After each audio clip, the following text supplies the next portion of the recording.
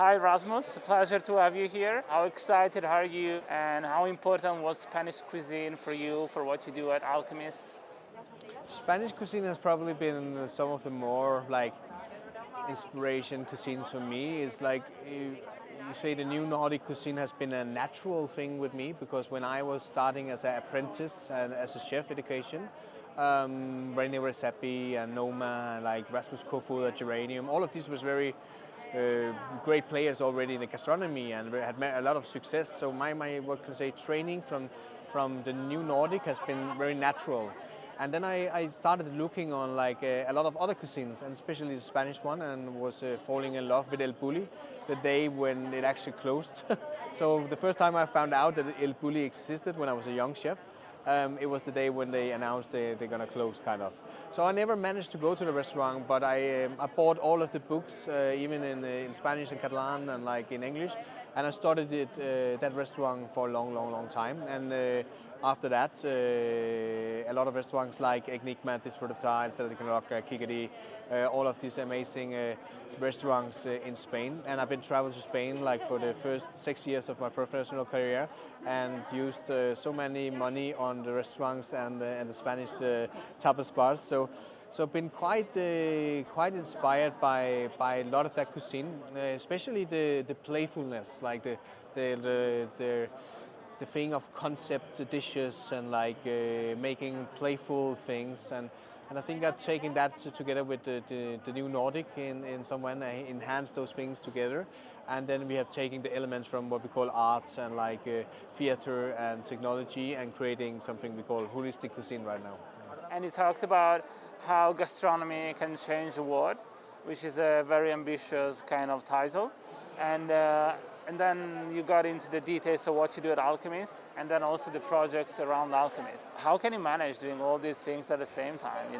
Looking after all these new projects, new ideas. How do you do that? We're a very diverse team, and we're 102 employees. So 102 team members, and without that team I couldn't do any of it. So it's quite important, and quite important for me to use my time where I think this is most beneficial for the restaurant or the projects. So most of the time my time is used for creating ideas, concepts, and and then I have two head chefs that's doing the daily prep with the team. I'm tasting everything, of course, it's there in service as well. And for the projects we're doing with the Kids Hospital example of junk food, I'm more the facilitator of it, make things happening, get people involved, hiring a head chef and a team, getting a kitchen operating, get some money funded to the projects, and then ongoing. So it's right now it's okay, but I also have been increasing a lot of the staff. We were to start with around 60 employees. Now we are, as I said, over 100, and it's all from project managers to head chefs and to performers and stuff like that. That's helping me navigating in the different projects. But it is what can you say, hard, and it would be easier just to focus on your restaurant, of course. But in the end of the day, I think this is what makes it exciting and also interesting for me, and why I'm very keen on going up every day and to work, because I think that we actually change maybe small things, and of course the changing the world through a restaurant and gastronomy is maybe as a naive thought as saying the alchemists believed in creating gold, but on the steps towards the gold they did some amazing and extraordinary things.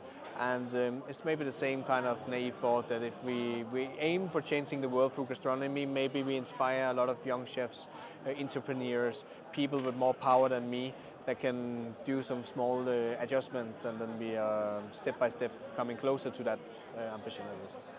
And you also talked about provocation as a way to deliver a message and make people think about what they're eating and what's around, what's behind it. But I'd like to ask you, what's the line when the provocation is too much and then it becomes more important, or anyway more distracting than the actual things you're eating, or Yeah. I think it's a balance, but I also think it's of course, if you have all guests every day to say this is terrible, or that this is too much, or this is too provocative, or whatever, then of course you maybe need to look into yourself and is this a bad dish, or is it a bad subject to talk about? Of course, everybody crying every evening, you need to look into yourself. But it also from us, we have diners that's coming from all from my mom, which is not a gastronomy like person, and to like foodies that's been traveling all around the world, to 3 Michelin star chefs, to food journalists, and so on. And all of them have a different view on what is the provocative part for them. Also depends on where you're coming from. Like in Spain, they eat a lot of the cocachas and stuff like that. That's very challenging for a lot of Danish people because you're never used to the same with fish eyes. It's maybe challenging for a lot, but we have a lot of Chinese, Japanese guests that like the awful parts and some textures that we're not used to in Europe. So I believe that there is a balance or there is an edge you can step over, but I think it's always focusing on the balance in that is quite important. Do you have like a meeting when you come up with a plan and everything before delivering the new step, the new like set of visuals connected to dish? How do you try it before it goes like live? How do you make sure it works for you? We tried all of the new dishes and impressions. We're trying in a very neutral room. So we have a room beside the test kitchen where it's just a normal kind of room with an oak table. We sit down there and we're eating the things. It's quite important for me that we don't, to start with when we have the first example or the first test, we go into the dome and play a lot of music and stuff like that, because then you maybe get distracted about like what it actually mean about it. So for me, all of these ambient things is a layer on top of it. And I don't believe it makes the food better. I don't think it makes the food worse. But of course, as you say, if you do something on the dome that is quite extraordinary, then you need to time it as you're not coming in with the most provocative dish or the most delicious one and stuff like that. So we use a lot of elements from the theater, and especially we had a dramaturg hired in Alchemist that was helping us with the dramatic structure of the meal. So where is the point of no return in the experience, where is the climax, where is the presentation part and all of these things. And on that one we're putting in all of the food as well, so we know exactly in the kind of dramatic structure where to start and where to end the experience. Did you realize if there's a dish that wins everyone every time you serve it? We say the omelette, which is it's a presentation of making the perfect omelette. So technique-wise, it's quite interesting with egg proteins around, and inside we fill it up with like a foam made of kind of raw egg still with truffle and pepper.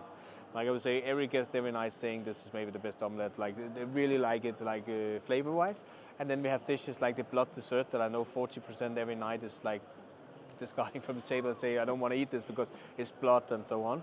And hopefully, like lucky us, there's at least some every night that's also liking it and enjoying it. So I mean, we know exactly when we put something on that this is maybe on the edge. But I think that fine balance is quite important as well.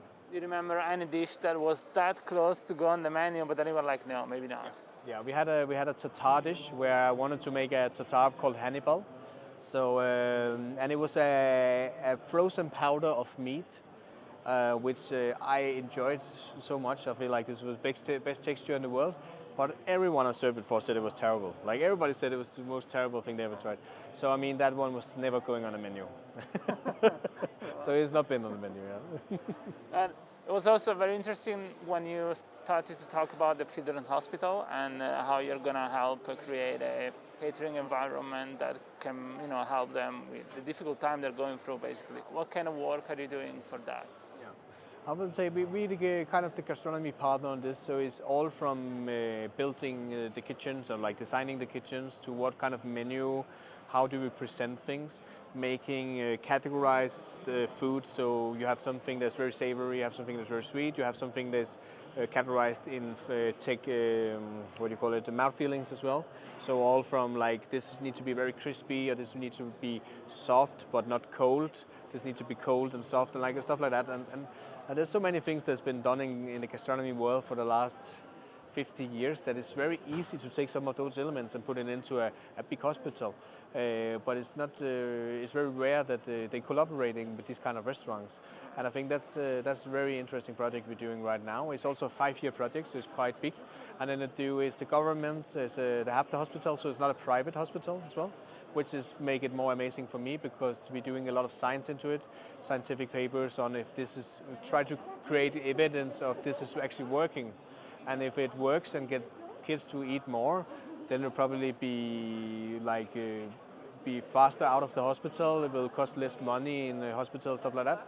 And then you can maybe adapt this culinary program to other hospitals around in Denmark. Like a blueprint for like a new generation of hospitals. Exactly. And also you were talking about junk food, which is your project to like feed homeless people. And that's expanding as well, right? Yeah, it's expanding right now. We're doing in Copenhagen right now, and then we're building a kitchen that hopefully is ready in around September. A huge kitchen where we're going to be able to serve food for all the homeless in Denmark. That's great stuff. Well, thank you very much for your time. We are very curious about Alchemist, and I can't wait to come and try it. Let us know when you're in Copenhagen, then you can come. Thank you so much.